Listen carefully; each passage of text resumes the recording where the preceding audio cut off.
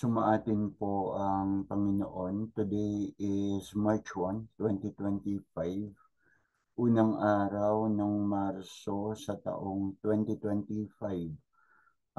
Tuloy po tayo sa ating pag-aaral ng mga salita ng Diyos. At ang pag-aaralan nating salita ng Diyos, Ebanghelyo, ay ang Ebanghelyo pa rin para sa araw na ito. Katulad po ng dati, bago tayo tuluyang magsimula, tayo po'y magkaroon ng pambungad na panalangin.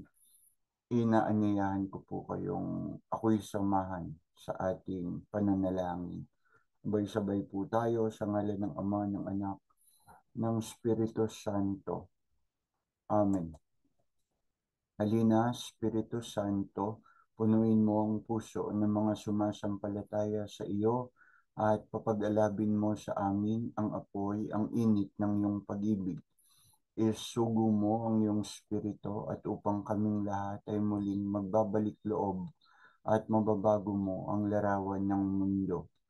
O Panginoon, na sa pamamagitan ng liwanag ng iyong Espiritu Santo, tinuruan mo ang puso ng iyong mananampalataya, naway sa pamamagitan din ng Espiritu Santo, kami manatiling mulat sa katotohanan at laging nagagalak sa iyong pagkalinga sa pamamagitan ni Kristong aming Panginoong Diyos. Amen. Sa ngalan ng Ama, ng Anak at ng Espiritu Santo. Muli po, maraming salamat sa inyong pakikiisa sa ating pambungad na pananalangin bago tayo tuluyang umusad sa ating pag-aaral ng Ebanghelyo. Ano po ang ating Ebanghelyo ngayon? Share screen po ako sa inyo upang maipakita sa inyo ang ating Ebanghelyo para sa araw na ito. Wait lang po. Okay. Ito po ang ating Ebanghelyo para sa araw na ito. Mula pa rin sa aklat ni San Marcos, Kabanata 10, mga talata 13 hanggang 16. Ang pagpapahayag ng mabuting balita ng ating Panginoong Hesukristo ayon kay San Marcos. Papuri sa iyo, Panginoong Hesukristo. May mga taong nagdala ng mga bata kay Jesus upang hilingin ipatong niya sa mga ito ang kanyang kamay, ngunit sinaway sila ng mga alagad. Nagalit si Jesus nang makita ito at sinabi sa kanila, hayaan ninyong lumapit sa akin ng mga bata at huwag ninyo silang pagbawalan, sapagkat ang mga katulad nila ang mapapabilang sa kaharian ng Diyos. Tandaan ninyo, ang sinumang hindi tumatanggap sa kaharian ng Diyos, tulad sa pagtanggap ng isang bata, ay hinding-hindi makakapasok sa kaharian ng Diyos. Kinalong ni Jesus sa mga bata at ipinatong ang kanyang mga kamay sa kanila at binasbasan sila. Ang mabuting balita ng ating kaligtasan. Pinupuri ka namin, Panginoong Hesukristo. Stop share na po ako. So, yun po yung ating ebanghelyo sa ngayon, kung paanong pinagbawalan ng mga alagad ni Jesus na makalapit kay Jesus sa mga bata. Baka iniisip nilang makagugulo lang, isang panggulo, nuisance ng mga bata ay nuisance. Okay. Sabi ng isang bata, kung ako'y magkakamali, huwag mo sana akong sobra-sobrang pagalitan. Malambot pa ang aking loob, malambot pa ang aking puso. My emotions, my heart is still tender. Tulungan mo ako sa aking mga pagkakamali na hindi hinahamak ang aking pagkatao at pagkabata. Dahil bata, marami pa akong magiging pagkakamali. Huwag mong ituring na ako'y magiging ganap o isang ganap, perpekto sa panahon ng aking kabataan. Kahit matatanday nagkakamali, pabayaan mo akong nagkakamali Pabayaan mo akong natututo sa aking mga pagkakamali. Pabayaan mo akong nagkakamali na hindi ibig sabihin ay yung hindi mo na ako susuwayin at itutuwid sa aking mga kamalian, kundi pagtanggap din sa aking kalikasan bilang tao, mahihina't nagkakamali. Tulungan mo akong makabangon sa aking mga pagkakamali, maituwid ang aking mga kasalanan nang walang anumang panghahamak, pangmamaliit at di makatwirang panghusga. Ano pong reaksyon nyo dyan sa sinabi ng bata? Anong reaksyon ko sa sinabi ng bata? Guilty. Guilty. Ako'y lumaki sa mga magulang na lubang disciplinarian. Takot akong bata na magkamali dahil alam kong ako'y pagagalitan. At sa aking mga pagkakamali, malimit, may nakaambang kaparusahan. Bawal lumabas na muna. Bawal na makihalubilot, makipaglaro sa mga kapwa ko kalaro't bata. Sa makabagong termino yung sinasabing, you're grounded. Pag sinabi ng magulang mo, you're grounded. Okay. Ang pagiging disciplinarian ng mga magulang ko ay nagdulot sa akin ng mabuti. Tinubog nito ang aking mga pag-uugali at pagkatao. Pagkatao o persona na sa larangan ng psikolohiya ay hindi maiwawaglit ang aspeto ng pagkataong panglabas at pagkataong panloob, persona. Balikan natin ang sinabi ng bata sa simula. Kung ako'y magkakamali, huwag mo sana akong sobra-sobrang pagalitan. Malambot pa ang aking loob, malambot pa ang aking puso. My emotions, my heart is still tender. Malambot pa ang aking panloob, ang aking loob. Ang konsepto ng loob sa larangan ng psikolohiya, lalo na sa psikolohiyang Pilipino, ay lubhang mahalaga. Kasama dito ang pagkahubog ng bata sa kanilang kabataan nang naayon sa kung ano ang ating kulturang Pilipino. Ang persona, ang konsepto ng loob, ang persona, ito ay tumutukoy sa panloob nga nating pagkatao at panlabas. Okay? Ang persona ay tumutukoy sa panloob nating pagkatao, kasama ang damdamin at mga kaisipan, gawa ng ating mga karanasan, gawa ng mga paghuhubog o mga pagkatuto. At itong pagkatao o persona nating pinag-uusapan, yun nga ay may panlabas at may pangloob. Sa dalawang ito, panlabas at pangloob, ang higit na mahalagay ang panloob.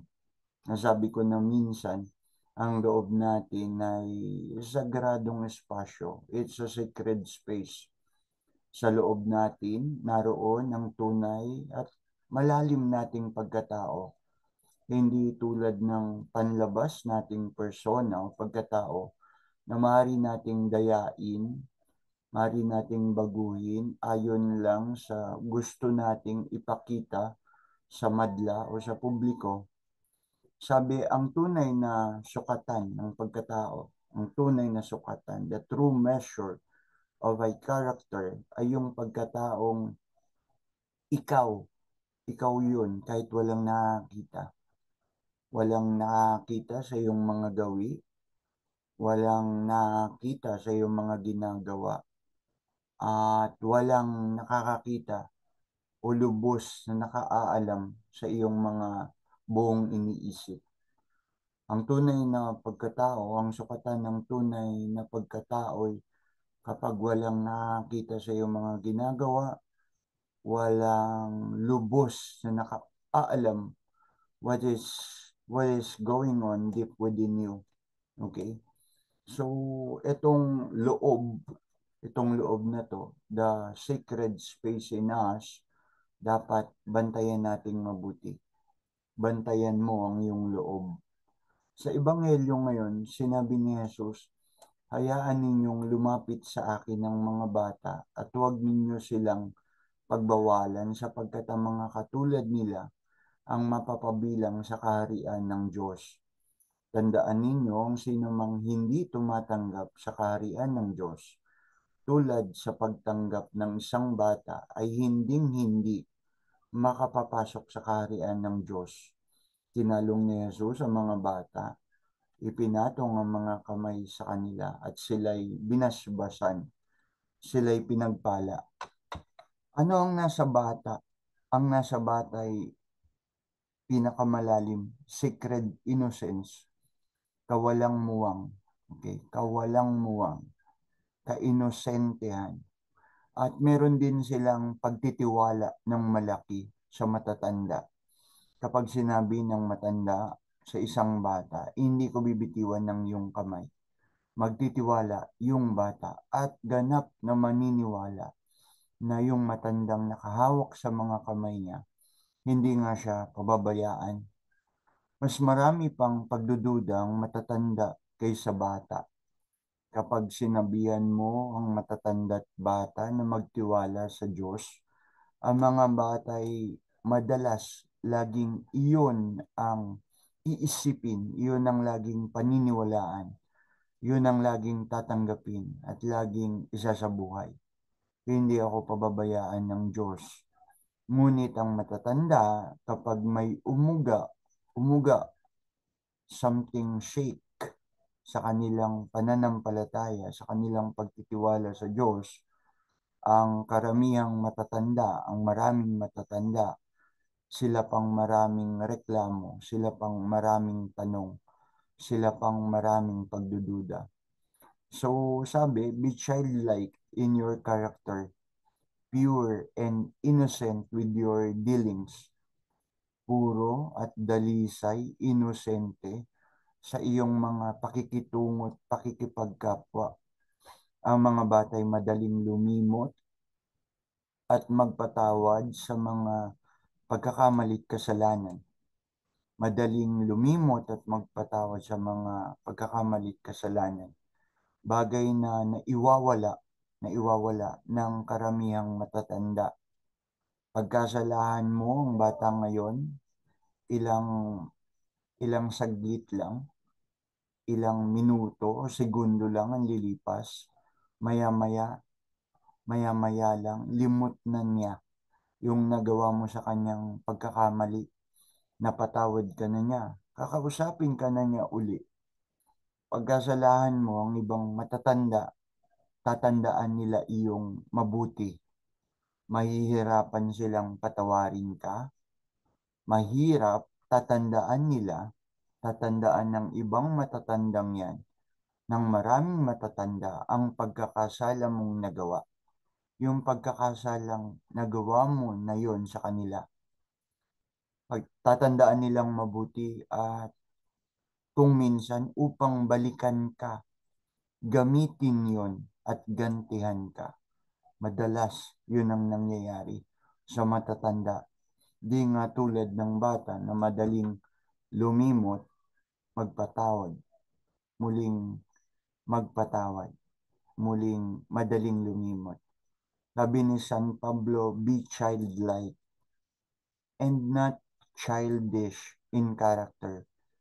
Yung dalawang yan, being childlike and childish in character, is precisely two different things. Saint Paul wrote, ang sabi ni San Pablo, nung ako'y bata pa, when I was a child, I spoke like a child. I spoke as a child. I understood as a child. I thought as a child. But when I became a man, I put away childish things. So, anong sinasabi ni San Pablo tungkol dyan? Yung salita, babalikan natin, I put away childish things. Iba nga talaga yung being childish, and childlike. The Apostle Paul's admonition ang panghihikayat ni San Pablo sa mga nananampalataya is to put away childish things, childish speaking, childish thinking, childish reasoning. These things are to be put away.